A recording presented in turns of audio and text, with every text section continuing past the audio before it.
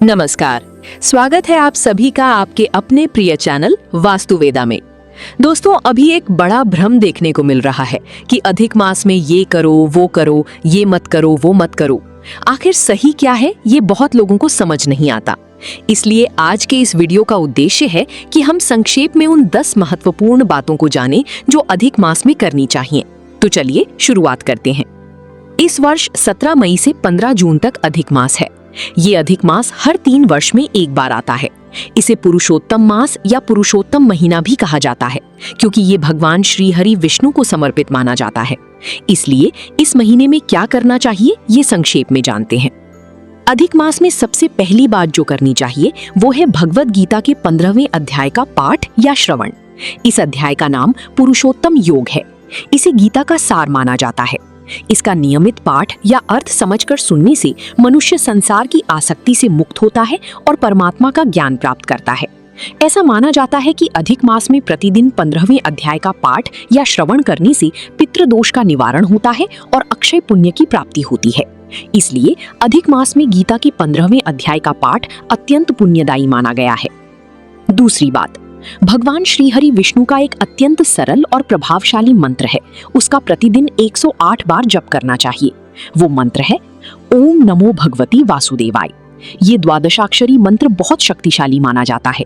अधिक मास में तुलसी की माला से प्रतिदिन 108 बार इसका जप करना चाहिए। इस मंत्र का अर्थ है, मैं उस भगवान वासुदेव को प्रणाम करता हूँ जो सभी के हृदय में निवास करते हैं। यही वो मंत्र है जिसके प्रभाव से भक्त ध्रुव ने बाल्यावस्था में ही भगवान की प्राप्ति की थी। इस उपासना के लाभ क्या हैं? सबसे पहला लाभ है मानसिक शांति।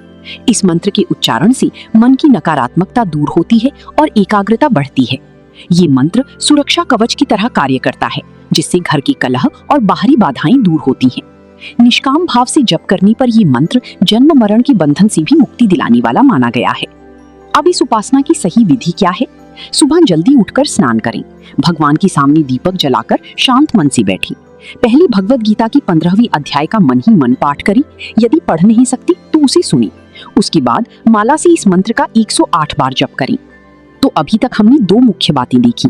पहली, गीता की 15वीं अध्याय का पाठ और दूसरी, ओम नमो भगवती वासुदेवाय मंत्र का जप। अब जानते हैं 20 स्तोत्र जिन्हें अधिक मास में पढ़ा जा सकता है। विष्णु सहस्त्र नाम स्तोत्र का पाठ अधिक मास में अवश्य करना चाहिए। यदि आपको ये स्तोत्र नहीं आता तो अधिक मास के अवसर पर इसे सीखने का प्रयास करें, और यदि वो भी संभव न हो तो कम से कम श्रद्धा से इसे सुने। व्यंकटेश स्तोत्र और विष्णु सहस्त्र नाम जैसे स्तोत्रों का पाठ इस महीने में अवश्य करना चाहिए। चौथी बात, अधिक मास में गो सेवा करनी चाहिए। गाय की पूजा करें और उसे चारा खिलाएं। इस महीने में गो सेवा का विशेष महत्व माना गया है। 5वीं बात, तांबूल दान। पूरे महीने तांबूल दान करने से सौभाग्य की प्राप्ति होती है। इसलिए अधिक मास में पान, सुपारी और दक्षिणा का दान करना चाहिए। 6ठी बात, भगवान के सामने अखंड दीप जलाना। ऐसा माना जाता है कि अधिक मास में अखंड दीप जलाने से लक्ष्मी की प्राप्ति होती है। आप अलग अलग प्रकार की बातियों से भी दीप जला सकते हैं। मंजरी वात या वेणी माधव वात जैसी विशेष बातियों का इस महीने में महत्व बताया गया है। इन्हें घर पर भी बनाया जा सकता है। अधिक मास में दीपदान का विशेष महत्व है, इसलिए दीपदान अवश्य करें। 7वीं और सबसे महत्वपूर्ण बात, बेटी और दामाद को घर बुलाकर उनका सम्मान करना। लेकिन इसका मुख्य उद्देश्य ये है कि हमारे यहाँ दामाद को नारायण स्वरूप और बेटी को लक्ष्मी स्वरूप माना जाता है। इसलिए लक्ष्मी नारायण समझकर उनका सम्मान किया जाता है। इसका अर्थ ये नहीं कि उन्हें महंगे उपहार दिए जाएं। यहाँ मुख्य महत्व अपूप दान और दीपदान का है, यानी बेटी दामाद को अनारसे जैसे पकवान देना और छोटा सा तांबी या पीतल का दीपक देना शुभ माना गया है। उद्देश्य केवल श्रद्धा और सम्मान का होता है। 8वीं बात, अन्नदान।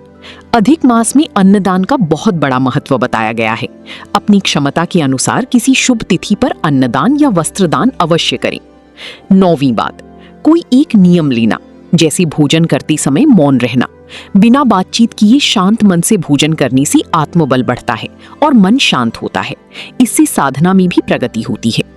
10वीं और अंतिम बात, जितना संभव हो भगवान श्री हरि विष्णु की साधना, उपासना, नाम जप और स्मरण करना, भागवत पुराण सुनना, श्री हरि विजय जैसे ग्रंथों का पाठ या श्रवण करना, ये सभी बातें हमें भगवान से जोड़ कर रखती हैं।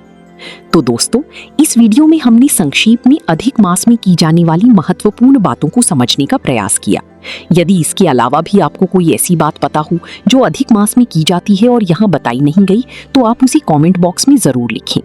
यदि वास्तुशास्त्र, ज्योतिष शास्त्र या अंक शास्त्र से जुड़ी कोई शंका आपके मन में हो तो वह भी कमेंट बॉक्स में पूछ सकते हैं। हम आपके प्रश्नों के उत्तर देने का प्रयास अवश्य करेंगे। साथ ही आपको किन विषयों पर वीडियो देखना पसंद होगा यह भी कमेंट करके बताइए, ताकि हम उन्हीं विषयों पर नई वीडियो ला सकें। वास्तुशास्त्र, ज्योतिष शास्त्र और अंक शास्त्र जैसे विषयों पर सही मार्गदर्शन आप तक पहुंचाने का हमारा यह प्रयास है, इसलिए अपनी शंकाएं कमेंट बॉक्स में जरूर पूछें।